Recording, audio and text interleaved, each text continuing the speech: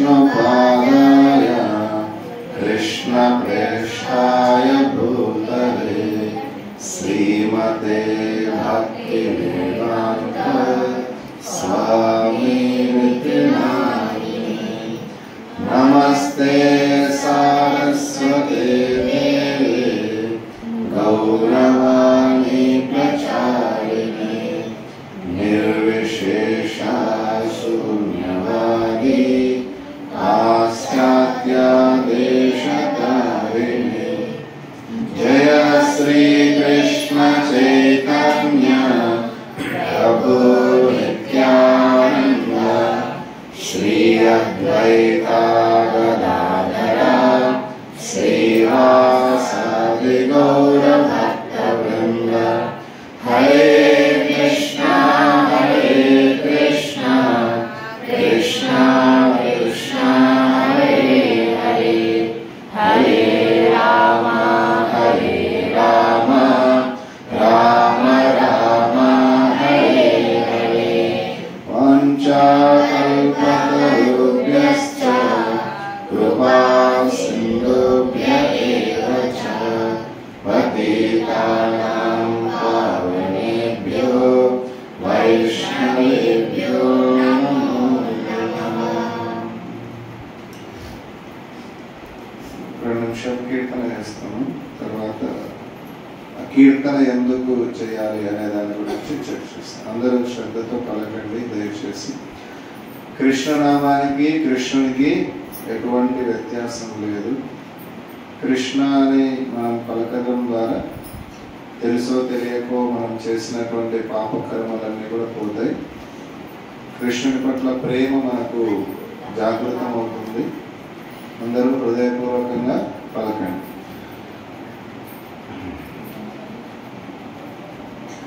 Hare Krishna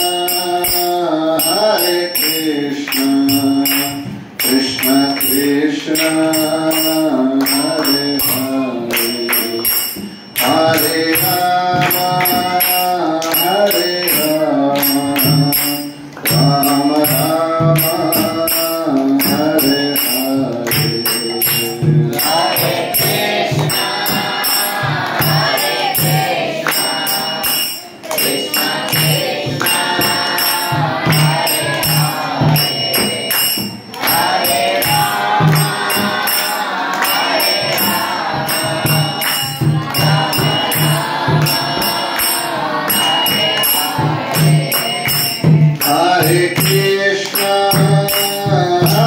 Krishna Krishna Krishna Hare Hare Hare Rama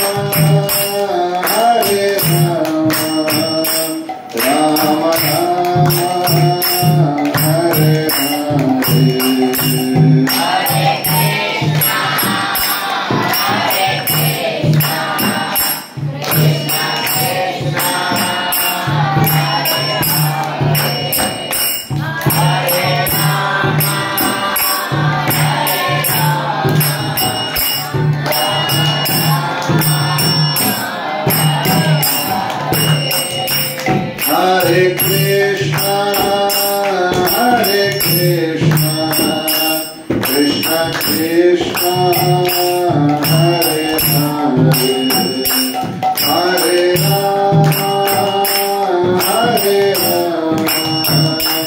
Rama Rama, Hare Hare.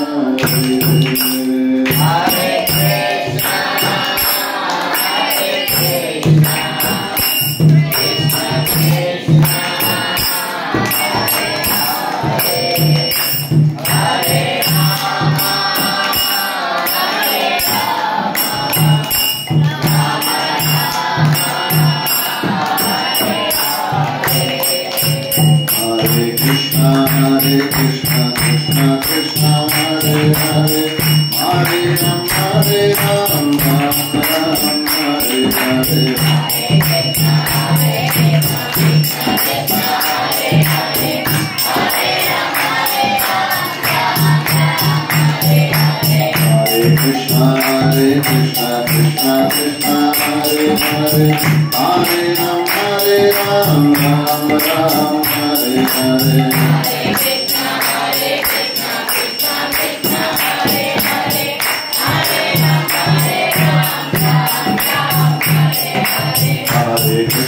Hare Krishna Krishna Krishna Hare Hare Hare Ram Ram Ram Hare Hare Hare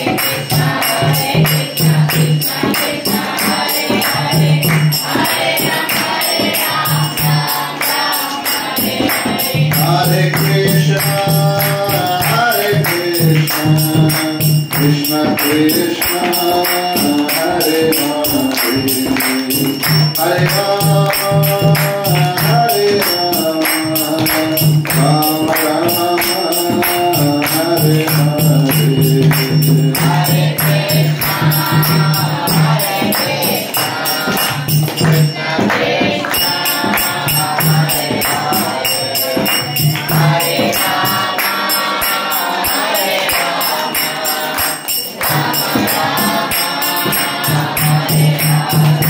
Jaya Prabhupada Prabhupada Srila Prabhupada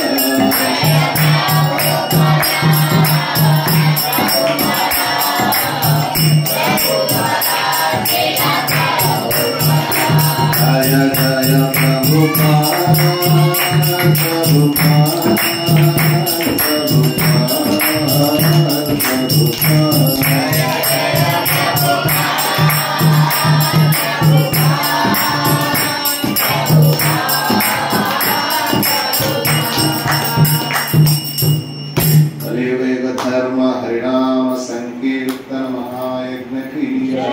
Shri Chaitanya Mahaprabhu की जय श्रील प्रभुपाद की जय ओम नमो भगवते वासुदेवाय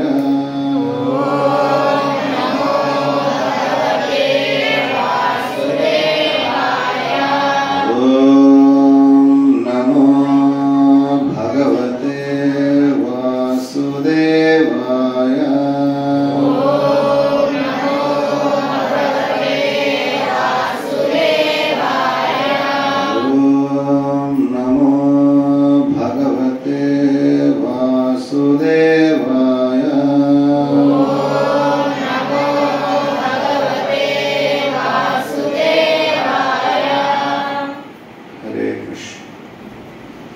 ఎంతమంది విన్నారు? ఇందాక మనం చెప్పుకున్నాం కదా, ఓం నమో భగవతే వాసుదేవాయ అనే మంత్రం ఎంతమంది విన్నారు? ముందు ఈరోజు కాకుండా ఎక్కడో ఒక చోట చెయ్యెత్తండి.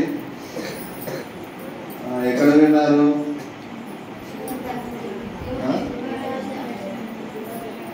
మహావతార్ నరసింహ మూవీ. ఇంకా మిగతా వాళ్ళు ఎక్కడ విన్నారు? గుడిలో. ఇంకా నువ్వు ఇస్కాన్ టెంపుల్లో విన్నావు. ఇంకా ఎవరెవరు ఎక్కడెక్కడ విన్నారు? నలుగురేనా వినింది ఈ ఓం నమో భగవతే వాసుదేవాయ? మీరు చిన్నప్పుడు భగవద్గీత క్లాస్ లో విన్నారు. ఇంకా ఎవరు వినలేదా?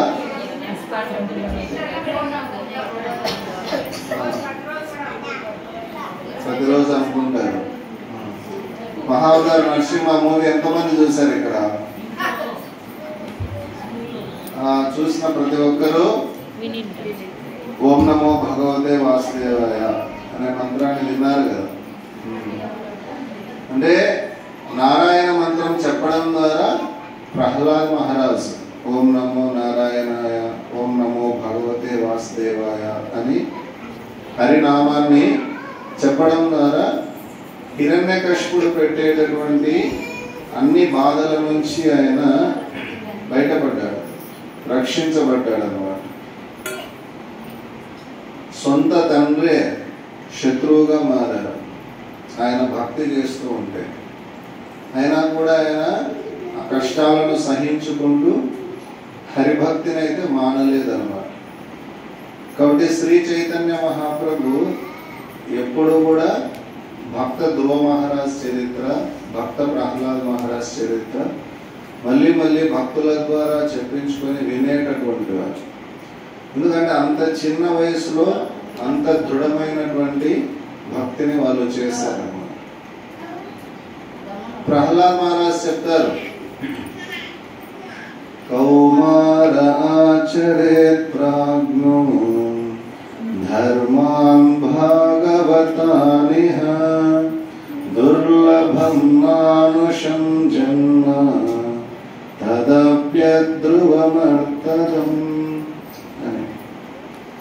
అంటే 5 సంవత్సరాల వయస్సు నుంచే ఒకరు హరిభక్తిని చేయడం ఆరంభించాలి. ఎందుకంటే కౌమార ఆచర్య ప్రాజ్ఞ అంటే చిన్న వయస్సు నుంచో ప్రాజ్ఞులైనటువంటి వాళ్ళు, అంటే మంచి వాళ్ళు, విద్యావంతులు, తెలివైనటువంటి వాళ్ళు ఈ భాగవత ధర్మాన్ని అనుసరించాలి. ఎందుకు అంటే దుర్లభం మానుషం జన్మ, అంటే మనిషి జన్మ లభించడం 84 లక్షల జీవరాశుల్లో చాలా అరుదైన అవకాశం అన్నమాట.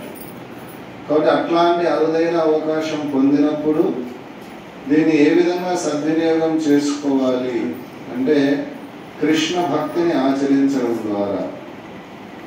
అంటే అక్కడ ప్రహ్లాద్ మహారాజ్ చెప్తున్నారు, ఇది మానవ జన్మ లభించడం అనేది దుర్లభమే, అరుదే, గొప్ప అవకాశమే. అయినప్పటికీ ఇది కూడా తాత్కాలికము. ఏ క్షణానైనా మరణం రావచ్చా, వచ్చే అవకాశం ఉందా లేదా? ఉంది. కాబట్టి ఇది విలువైన అవకాశం పొందినప్పటికీ మానవ జన్మ తాత్కాలికమైంది. కాబట్టి ఈ జన్మలో మనము ఇతర జంతువులు చేసేటటువంటి కార్యాల లాగానే కాకుండా ఎందుకు పుట్టాము, ఎందుకు పెరుగుతున్నాము, ఇష్టం లేకపోయినా రోగం ఎందుకు వస్తుంది, ఇష్టం లేకపోయినా మరణం ఎందుకు వస్తుంది, నేనెవరు, భగవంతుడెవరు, భగవంతుడికి నాకు ఉన్నటువంటి సంబంధం ఏంటి అని ఇట్లాంటి ప్రశ్నలు వేసుకొని గురువుల దరి చేరి వినయంతో సేవ చేసి ఆ ప్రశ్నలకు సమాధానం పొంది మన జీవితంలో భక్తిని ఆచరించడం కోసం ఈ మానవ జన్మ అనేది ఉంది. శ్రీల ప్రభుపాద చెప్తారన్నమాట, human life is meant for to develop Krishna consciousness. మానవ జన్మ యొక్క ముఖ్య ఉద్దేశము కృష్ణ భక్తిలో అభివృద్ధి సాధించడం కోసమే అని చెప్తారు. సో ప్రతి ఒక్కరికి ఒక్కొక్క లక్ష్యం ఉంటుంది. నేను కలెక్టర్ కావాలా, డాక్టర్ కావాలా, ఇంజనీర్ కావాలా, టీచర్ కావాలా, కోటీశ్వరుని కావాలి, సినీ యాక్టర్ కావాలి, ఇట్లా ఒక్కొక్క లక్ష్యం పెట్టుకో ఉంటారు. కానీ మరణం సంభవిస్తేనే ఈ శరీరానికి డిగ్రీస్ అన్నీ పోతాయి అన్నమాట. అంటే ఆ గుర్తింపులన్నీ కూడా తొలగిపోతాయి. కాబట్టి మానవ జన్మను మనము మరణం లేని జీవితాన్ని పొందడం కోసం ఈ అవకాశాన్ని వినియోగించుకోవాలి అని శ్రీమద్ భాగవతంలో ఉంది. మరణం లేని జీవితం ఎలా జీవించవచ్చు అని ఒక శ్లోకంలో చెప్తారన్నమాట. ఆయుర్హరతి వై పుంసాం బుద్ధ్యన్నస్తం చయన్నసో తస్యర్తే యక్షణో నీత ఉత్తమ శ్లోక వార్తయ అని ఆ శ్లోకంలో చెప్తారు. అంటే ఉత్తమ శ్లోకుడైనటువంటి శ్రీకృష్ణ భగవానుని కథలను వినుటలో కాలాన్ని సద్వినియోగపరుచుకునేటటువంటి వ్యక్తి యొక్క ఆయుష్ను తప్ప ఉదయిస్తూ అస్తమిస్తూ సూర్యుడు ప్రతి ఒక్కరి జీవితంలో ఆయుష్ను హరించి వేస్తున్నాడు. అంటే కృష్ణుని యొక్క కథలను వింటూ ఎవరైతే కాలాన్ని గడుపుతారో వాళ్ళ ఆయుష్ను సూర్యుడు హరించలేడంట. ఎందుకు అంటే ఎవరైతే కృష్ణ కథ వింటూ ఉంటారో, కృష్ణుని గురించి తెలుసుకోవాలనే ఆసక్తి ఎవరికైతే ఉంటుందో, కృష్ణ భక్తి చేస్తారో వాళ్ళకు మళ్ళా జన్మ అనేది ఉండదని భగవద్గీతలో కృష్ణుడు చెప్పారన్నమాట.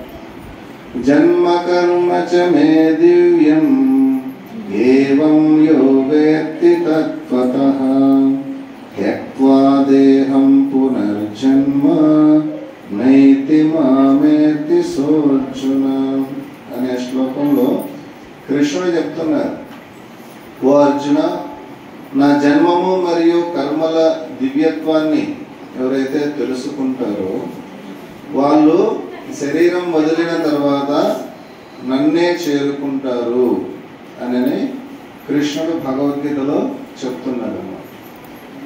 సో కాబట్టి మనము ఈ విలువైన మానవ జన్మను పొందాము, దాన్ని ఈ విధంగా సద్వినియోగం చేసుకోవాలి కృష్ణ చింతనతో గడుపుతూ అని ప్రహ్లాద్ మహారాజ్ చెప్తున్నారు. చాణక్య పండితుడు ఆయన నీతి సూత్రాల్లో చెప్తారు, ఆయుష క్షణ ఏకోపి నలభ్య స్వర్ణకోటి బిడియ. గడిచిన క్షణకాలము కోటాను కోట్ల బంగారు నాణాలను చెల్లించినా సరే ఎవరు కూడా మనకు ఇవ్వలేరు ఆ గడిచిన క్షణకాలాన్ని సైతం. తెస్తారు ఎవరైనా? ఇప్పుడు సమయం అంతా ఇప్పుడు 7:20 అయింది. 7:19 కాలాన్ని ఎవరైనా తెస్తారా? మీకు 1,00,000 కోట్లు ఇస్తామంటే, లేదా 1,00,000 కేజీల బంగారాన్ని ఇస్తామంటే తెస్తారా? కానీ 1,00,000 రూపాయలు, 10 లక్షలు ఏదైనా వ్యాపారంలో ఈ సంవత్సరం నష్టపోయారు అనుకోండి, మళ్ళీ రేపు సంవత్సరానికి కష్టపడి సంపాదించుకునే అవకాశం ఉందా లేదా? ఉంది. కానీ కాలాన్ని మనం ఒకసారిగా వ్యర్థపరిచామంటే ఆ కాలాన్ని తిరిగి పొందగలమా? పొందలేము. కాబట్టి స్త్రీల ప్రభుపాద చెప్తారనమాట, మనము కాలాన్ని వ్యర్థంగా గడపకూడదు. ప్రతి క్షణము మనం గడుపుతున్నామంటే హరినామాన్ని జపిస్తూనో, కీర్తిస్తూనో, హరికథ వింటూనో, హరి సేవ చేస్తూనో మనం గడపాలి. ఎందుకంటే ఒకసారి ఒక క్షణకాలం వెళ్ళిందంటే అది ఎప్పటికీ తిరిగి రాదు. మనకు పుడుతూనే నిర్ధారించబడి ఉంటుంది ఇంతకాలం జీవించాలి అని. ఆ జీవించేటటువంటి కాలంలో మనము ప్రతి క్షణము, ప్రతి నిమిషము మరణానికి దగ్గర అవుతామా, దూరం అవుతామా? దగ్గర అవుతూ ఉంటుంది. కాబట్టి ఆ మరణం లేని జీవనాన్ని పొందడం కోసం ఇప్పుడు ప్రస్తుతం నడిచేటటువంటి కాలాన్ని మనం పెట్టుబడిగా పెట్టాలి. ఇప్పుడు వ్యర్థమైన మాటలు మాట్లాడుతూ కాలాన్ని గడిపితే ఎంత నష్టం మీరు ఊహించుకోండి. అంటే ఒక క్షణాన్ని, జీవితకాలం సంపాదించిన ధనాన్ని కూడా చెల్లిస్తామన్నా సరే తిరిగి పొందలేమంటే అట్లాంటి కాలాన్ని గడిపే విషయంలో మనం శ్రద్ధగా ఉండాలా, అశ్రద్ధగా ఉండాలా? శ్రద్ధగా ఉండాలి. అది అక్కడ ఆ శ్లోకంలో చెప్పింది. కృష్ణుని కథలను వింటూ కాలాన్ని గడిపితే శరీరం వదిలిన తర్వాత ఆత్మగా మన నిజమైనటువంటి దివ్యమైన దేహాన్ని పొంది కృష్ణునే చేరుకుంటాము. మళ్ళీ జన్మ మృత్యు చక్రంలో మనం ఇరుక్కోము. ఏంటి జన్మ మృత్యు చక్రము అని అంటే, ఇప్పుడు తల్లి గర్భంలో జన్మ తీసుకుంటారు కదా, ఇక్కడ కష్టాలు ఉన్నాయా లేవా? మనమందరం తల్లి గర్భం నుంచి బయటకు వచ్చాం. ఎవరైనా సరే ప్రెగ్నెన్సీ కన్ఫర్మ్ అయిన తర్వాత అందరూ కంగ్రాట్స్ చెప్తారు ఆ స్త్రీకి. బిడ్డ లోపల కదులుతూ ఉన్నప్పుడు ఆమె సంతోషిస్తూ ఉంటుందా, బాధపడుతుందా? సంతోషిస్తుంది. భర్తతో ఏమని షేర్ చేసుకుంటుంది ఆ విషయాన్ని? ఎలా? మీరు షేర్ చేసుకున్నారు ఎప్పుడైనా? బిడ్డ లోపల కదులుతారు అనేటటువంటి విషయాన్ని మీ భర్తలకు మీరు ఎవరైనా చెప్పారా? ఇక్కడ ఉన్న వాళ్ళు ఎంతమంది చెప్పారు? ఒకరు. ఏమని చెప్పారమ్మా? ఏమని చెప్పారు? ఎలా చెప్పారు? ఎక్స్ప్రెస్ చేశారు? లాస్య ఏమని చెప్పారు? మా చెప్పారు బేబీ బాగా కదులుతా ఉంది అని. అప్పుడు మీ ఆయన ఏమన్నారు? ఏమనలేదా? అంటే ఏదో ఒక కామెంట్ ఉంటుంది కదా, ఏం చెప్పలేదు, మౌనంగా విని గమ్మున్నారా? నవ్వుకున్నారా? మీరు చెప్పారా? ఏమన్నారు? 20 years back స్వామీజీ అది. అంటే గుర్తులేదా?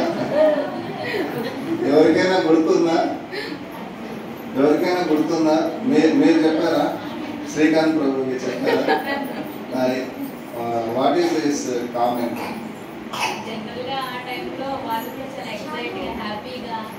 చాలా ఎక్సైట్ గా హ్యాపీగా, అవునా బేబీ హెల్దీగా లోపల తిరుగుతున్నారా అని సంతోషం వ్యక్తం చేశారు కదా. సంతోషం వ్యక్తం చేశారు లేదా? సంతోషం వ్యక్తం చేశాక మన వంశాంకురం లోపల యాక్టివ్గా ఉంది అని ఆనందం ఉంటుంది. కానీ వాస్తవానికి లోపల ఆ బేబీగా ఎవరైతే ఉంటారో వాళ్ళు, మీరు ఎప్పుడైనా సరే చిన్నపిల్లల హాస్పిటల్కి వెళ్ళినప్పుడు చూసారు ఎలా ఉంటుంది బేబీ పొజిషన్? ఎలా ఉంటారు? తల కిందికి, కాలు పైకి పెట్టుకొని బాగా ఫ్రీగా యోగాసనంలో శవాసనం వేసినట్టు పడుకుంటారా, లేదంటే ఎలా ఉంటుంది? ముడుచుకొని, అంటే మోకాళ్ళు తల ఆనిచ్చి ముడుచుకొని ఒక జిత్తడమైన ఉంటుంది, ఒక జిత్తడమైన ఇరుకు ప్లేస్లో అక్కడ బేబీ ఉంటారు.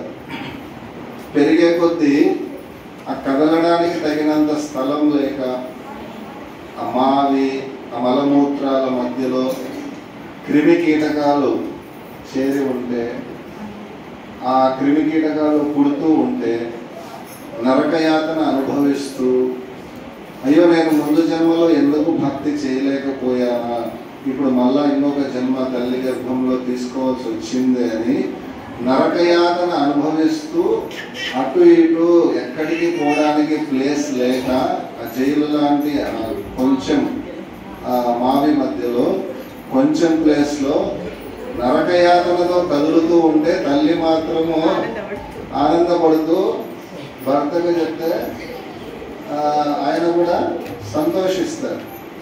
కానీ లోపల బేబీగా ఉన్న మనమందరం కూడా అటువంటి స్థితిలో ప్రార్థన చేస్తామంటారు. కృష్ణ ముందు జన్మలో భక్తి చేయకపోవడం వల్లనే కదా ఇప్పుడు ఈ జన్మలో మళ్ళా నేను ఇట్లాంటి భయంకరమైన నరక స్థితిలో నేను పడ్డాను, కాబట్టి నేను బయటికి వస్తానే నీ భక్తి బాగా చేసి మళ్ళా జన్మ లేకోకుండా చేసుకుంటా స్వామి అని మనమందరం ప్రార్థన చేస్తామంటారు. అయితే తల్లి గర్భం నుంచి బయటపడతానే ఆయా కానీ, మన బంధువులు కానీ, డాక్టర్ కానీ వాళ్ళు ఏం చేస్తారు? బాగా మావి రక్తపు మరకలు ఏవైనా ఉంటే బాగా క్లీన్ చేసి బాగా పౌడర్ కొట్టి రెడీగా ఉంచుతారు, అంతా బాగా క్లీన్ చేస్తారు. కొంచెము ఏడుస్తూనే తల్లి ఏం చేస్తుంది? దగ్గరికి తీసుకొని పాలు ఇస్తుంది. ఇంకొంచెం ఏదన్నా ఏడ్చినా కూడా నాన్న ఏం చేస్తారు? దగ్గరికి వచ్చి చిట్టి, కన్న, బుజ్జి అని ఎత్తుకొని ఆడించడము, లాలించడం చేస్తారు. బంధువులు కూడా దగ్గరికి తీసుకొచ్చి ఇంకొంచెం వయసు వచ్చిన తర్వాత పిలకలు కొనియడం, ఆడిపీయడము, పలకరీయడం, ఎత్తుకోవడం ఇవన్నీ చేసినప్పుడు నాకు ఈ భౌతిక ప్రపంచం హాయిగానే ఉంది, ఇక నేనెందుకు కృష్ణుని స్మరించాలి అని చెప్పి ఆ కృష్ణుని పట్ల మరుపు అనేది మనకు ఉంటుంది. మళ్ళీ తిరిగి పెద్దవాళ్ళం అవుతాం, వృద్ధాప్యం వస్తుంది అన్నమాట. జన్మ ఇంకేంటి, రోగం, ముసలితనం వస్తుంది. వృద్ధాప్యంలో రోగం పాలవుతాం, తర్వాత మరణం అనేది వస్తుంది. ముసలితనం కష్టంతో కూడుకునిందా, సుఖంతో కూడుకునిందా? ఏమేం కష్టాలు? మన పని మనం చేసుకోలేము, ఇంకా కళ్ళు కనపడవు, నడవలేము, ఇంకా చెవులు వినిపించవు, ఇంద్రియాలు అదుపులో ఉండవు. ఇవన్నీ ఎవరికి ఇవన్నీ వచ్చేది? నాకే ఎవరికో పక్కన వాళ్ళకి అనుకుంటాం మనం. వృద్ధాప్యం అంటే వాళ్ళకు వచ్చింది, తెల్ల వెంట్రుకలు వాళ్ళకు వచ్చినాయి, నడుము వంగిపోయింది వాళ్ళకు, కళ్ళు కనపడనిది వీళ్ళకు, చెవులు వినపడనిది వీళ్ళకు. నేనేమో ప్రస్తుతానికి ఇప్పుడు యవ్వనంలోనే ఉన్నాను, నా యవ్వనం ఇలాగే శాశ్వతంగా కొనసాగుతుంది అని ఒకరు. తెల్ల వెంట్రుకలు వచ్చినప్పుడు ఆ మరణ సూచన కాలం అనేది తెలియజేస్తుంది, నీకు వృద్ధాప్యం వస్తుంది అని అద్దం ముందర నిలబడుతూనే ఇదిగో తెల్ల వెంట్రుకలు వస్తున్నాయి, నువ్వు ముసలిదానం అవుతున్నావు, లేదంటే నువ్వు ముసలాయనం అయిపోతున్నావు అని కాలం తెలుపుతూ ఉంటే మనము డై వేసుకొని నేను ఇంకా ముసలిదాన్ని కాలేదు, నేను ఇంకా ముసలివాడిని కాలేదు, నేను ఇంకా 16 అణాల పడుచువాడిని అన్నట్లు ఒకరు ఫీల్ అయిపోతారు. కానీ అక్కడ పళ్ళు ఊడిపోతూ ఉంటాయి, జుట్టు నెరిసిపోతూ ఉంటుంది, శక్తి తగ్గుతూ ఉంటుంది. అయ్యో నాకు మరణం దగ్గరికి వస్తుంది, ఇంకా నేను రామకృష్ణ అంటూ నా మిగతా జీవితాన్ని గడపాలి అనే ఆలోచన లేకోకుండా మనము కవరప్ చేసుకోవడానికి ప్రయత్నం చేస్తూ ఉంటారు జనరల్గా. ఆ వృద్ధాప్యంలో ఎన్నో కష్టాలు ఉంటాయి, రోగాల పాలవుతాము. ఎవరినైతే మనము కని పెంచి ఉంటామో పిల్లలు, వాళ్ళు కూడా అసహించుకుంటారు. మలమూత్రాలు విసర్జించినప్పుడు వాళ్ళు కదలలేని స్థితిలో ఉన్నప్పుడు వాళ్ళని చూసుకోవాలంటే ఇవన్నీ కష్టాలే. చివరి కష్టం మరణం. మరణం అనేది ఎవరికైనా ఇష్టమా? ఇక్కడ ఉన్న వాళ్ళకి చెయ్యొద్దండి, మరణించడం అంటే నాకు ఇష్టము అని ఎవ్వరు చెయ్యొద్దలా. ఇక్కడ 40-50 మంది ఉంటే ఒక్కరు కూడా చెయ్యొద్దలా. మరణం అంటే ఇష్టం లేదు, ఇక జీవించాలని ఉంది. ఆ జీవించాలా, శాశ్వతంగా జీవించడం ఎలాగో భగవద్గీత మనకు చెబుతోంది.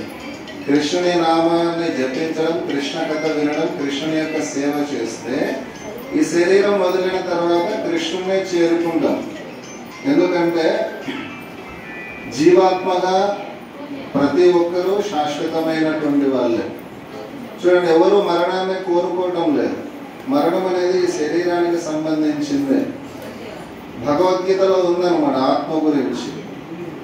నైనం చిందంతి శస్త్రాణి నైనం దహతి పావకః నచైనం క్లేదయంత్యాపో నశోషయతి మారుతః అనేటటువంటి ఆ శ్లోకంలో ఆత్మ ఏ ఆయుధంతో ఆత్మను చంపలేదు, అది మంటలలో కాలిపోదు, గాలి ఆర్పలేదు, నీరు తడుపలేదు, ఏ ఆయుధాలతో ఏం చేయలేము. ఆత్మ శాశ్వతమే. ఆత్మ గురించి శాస్త్రంలో ఉంది. మన వెంట్రుక కొన భాగాన్ని 10,000 భాగాలుగా కట్ చేస్తే ఎంత సూక్ష్మాతి సూక్ష్మంగా ఉంటుందో అది ఆత్మ యొక్క సైజ్. అది ఎక్కడ ఉంటుందంటే హృదయంలో ఉంటుంది. హృదయంలో ఉన్నటువంటి ఆత్మ కృష్ణ భక్తి బాగా చేసినటువంటి సందర్భంలో బాగా చేస్తే ఈ శరీరం వదిలిన తర్వాత దివ్యమైనటువంటి శరీరాన్ని పొంది భగవద్ధామం అనేది చేరుకుంటుంది ఆత్మ. కాబట్టి అందుకోసం మానవ జన్మను వినియోగించుకోవాలి. ఇక్కడ మరణం అంటే ఎంతమందికి ఇష్టం అంటే ఎవరు చేయట్లేదు. కాబట్టి మీరు శాశ్వతంగా ఉండాలి అని అంటే ఈ విధంగా జీవించాలి అని భగవద్గీతలో ఉంది. భగవద్గీత శాశ్వతంగా ఎలా జీవించాలి ఒకరని మనకు తెలియజేస్తాం. ఏం చేస్తే శాశ్వతంగా జీవిస్తాం భవిష్యత్తులో చెప్పండి, మీరు చెప్తారా?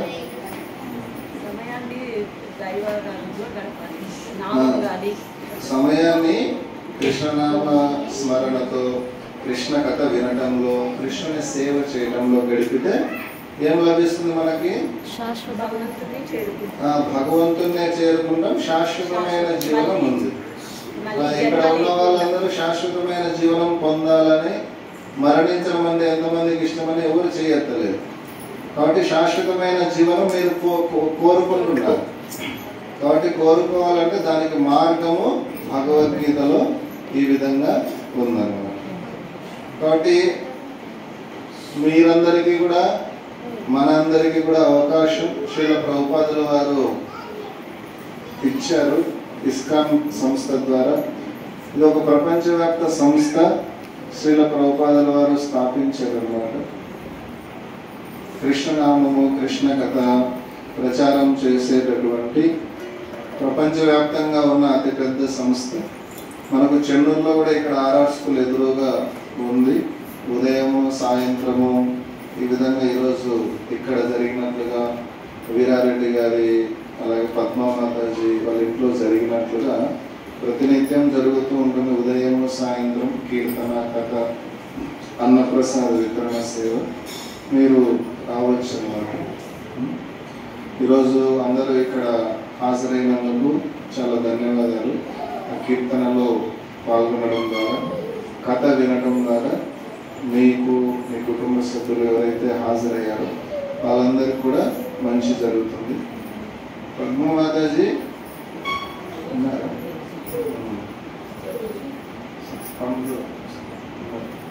పద్మమాతాజీ వాళ్ళ పిల్లలు శాలిని మాతాజీ అలాగే బిల్వని మందిరానికి చాలాసార్లు వచ్చారు. పద్మమాతాజీ అయితే మందిరానికి వచ్చేప్పుడు కోరిక వెలుగుచ్చారు. వాళ్ళ పిల్లలు కూడా భగవద్గీత, భాగవతం వినడం, అర్థం చేసుకోవడం, భక్తిని వాళ్ళ జీవితంలో ఆచరించాలి అని మాతాజీ వాళ్ళ పిల్లలు ఆధ్యాత్మికంగా ఎదగాలని కోరిక వెలుగుచ్చారు. కొన్నిసార్లు గుడికి వచ్చినప్పుడే ఆ పిల్లల్లో కూడా మార్పు చాలా వచ్చింది అనే ఉద్దేశంతో మాతాజీ వర్క్ చేసేటటువంటి వీరం సీతారెడ్డి ఇంటర్నేషనల్ స్కూల్లో కూడా అక్కడ వాళ్ళ పై అథారిటీ వాళ్ళతో కూడా మాట్లాడి అక్కడ కూడా భగవద్గీత, భాగవతంలోని సందేశం ఆ పిల్లలకు కూడా అందాలి. ఎందుకంటే ఇప్పుడు ఉన్నటువంటి పిల్లలకి చదువు అని భౌతికమైనటువంటి చదువును అందించాలని స్ట్రెస్ ఎక్కువ అవుతుంది. ఈ విషయాలు వింటే స్ట్రెస్ నుంచి వాళ్ళకు రిలీఫ్ అవుతుంది అని మాతాజీ వాళ్ళతో మాట్లాడారు. వాళ్ళు ఇటీవల ఒక 4 రోజుల కిందట అక్కడికి వెళ్ళి వాళ్ళకు క్లాస్ తీసుకోవడం జరిగింది చెన్నూరు మందిరం నుంచి. వాళ్ళు కూడా 2 వారాలకు ఒకసారి రమ్మని ఆహ్వానించారు. దాని వెనక మాతాజీ యొక్క ప్రేరణ ఎంతో ఉందన్నమాట. అక్కడ స్కూల్లో ఆ ప్రోగ్రాం ఏర్పాటు కావడం వెనక మాతాజీకి చాలా కృతజ్ఞతలు. పిల్లల భవిష్యత్తు గురించి ఆలోచించారు. అలాగే ఇవాళ వాళ్ళ ఇంటికి మనందరినీ పిలిచి కీర్తన ఏర్పాటు చేసి కథ వినే అవకాశాన్ని కల్పించి మనందరికీ కూడా వాళ్ళు కడుపు నిండా భోజన ప్రసాదం తీసుకోవడానికి ఏర్పాటు చేశారు. కాబట్టి వారిపైన శ్రీల ప్రభుపాద మరియు కృష్ణుని యొక్క ఆశీర్వాదం ఉండాలి అని చెప్పి వాళ్ళ కుటుంబ సభ్యులందరిపైన ఒకసారి అందరం కూడా హరే కృష్ణ మహామంత్రం చెప్తాం. హరే కృష్ణ హరే కృష్ణ కృష్ణ కృష్ణ హరే హరే హరే రామ హరే రామ రామ రామ హరే హరే హరే కృష్ణ హరే కృష్ణ కృష్ణ కృష్ణ హరే హరే హరే రామ హరే రామ రామ రామ హరే హరే హరే కృష్ణ. చాలా సంతోషం మాట్లాడి. అలాగే పుస్తకం తీసుకుంటాడు శ్రీల ప్రభుపాద. ఇది శ్రీల ప్రభుపాద జీవిత చరిత్ర పుస్తకం. ఇది శ్రీల ప్రభుపాద ఇస్కాన్ ఫౌండర్ ఆచార్య 40 రూపాయల ధనంతో 65 సంవత్సరాల వయస్సులో 69 సంవత్సరాల వయస్సులో ఆయన 1965లో అమెరికాకు వెళ్ళి ఈ ఇస్కాన్ అనేటటువంటి సంస్థను స్థాపించారు. 69-70 సంవత్సరాల వయస్సులో. ఇవాళ ప్రపంచవ్యాప్తంగా అన్ని దేశాల్లో ఇస్కాన్ ఉంది. కొన్ని వేల మందిరాలు ఉన్నాయి. కోట్ల మందికి ఉచిత అన్నప్రసాద వితరణ జరుగుతుంది. గోశాలలు ఏర్పాటయ్యాయి. గురుకుల పాఠశాలలు ఏర్పాటయ్యాయి. శ్రీల ప్రభుపాదుల వారి దయ వల్ల ప్రపంచవ్యాప్తంగా జగన్నాథ స్వామి రథయాత్రలు 1000కి పైగా చోట్ల జరుగుతూ ఉన్నాయి. రామకృష్ణ అంటే పేరు తెలియని విదేశస్తులు మాంసము, మందు, వ్యభిచారం, జూదము ఇట్లాంటి దురలవాట్లలో కూరుకొని పోయి జీవితాన్ని సర్వనాశనం చేసుకుంటూ గడుపుతూ ఉన్నటువంటి యువకులలో శ్రీల ప్రభుపాదుల వారు రచించిన పుస్తకాలు పెను మార్పును తీసుకొని వచ్చాయి. వారి పుస్తకాలు చదివిన తర్వాత జ్ఞానోదయం అయిపోయి వాళ్ళందరూ కూడా భక్తి మార్గం వైపు వచ్చి వాళ్ళ జీవితాన్ని ఆనందమయం చేసుకున్నారు. ఇప్పుడు కూడా అనేక మంది చేసుకుంటూ ఉన్నారు. సో మీరు కూడా ఈ పుస్తకాన్ని మందిరంలో ఉంటాయి, తీసుకొని చదవచ్చు. చాలా ఇన్స్పిరేషన్గా ఉంటుంది.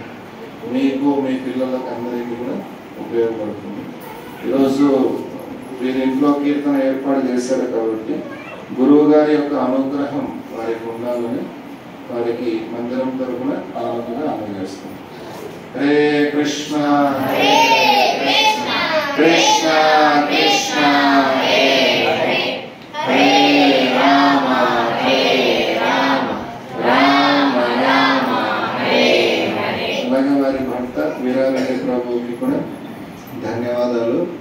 మాతాజీ తెలియచేసిన వెంటనే ఆధ్యాత్మిక కార్యక్రమం నిర్వహించడానికి వారి ఇంట్లో ఆయన వెంటనే అంగీకరించారు. వారికి కూడా కృతజ్ఞతలు. హరే కృష్ణ. ఇప్పుడు కొద్దిసేపు హారతి ఉంటుంది. హారతి తర్వాత అందరికీ సంపూర్ణ అన్న ప్రసాదం ఉంటుంది. హరే కృష్ణ.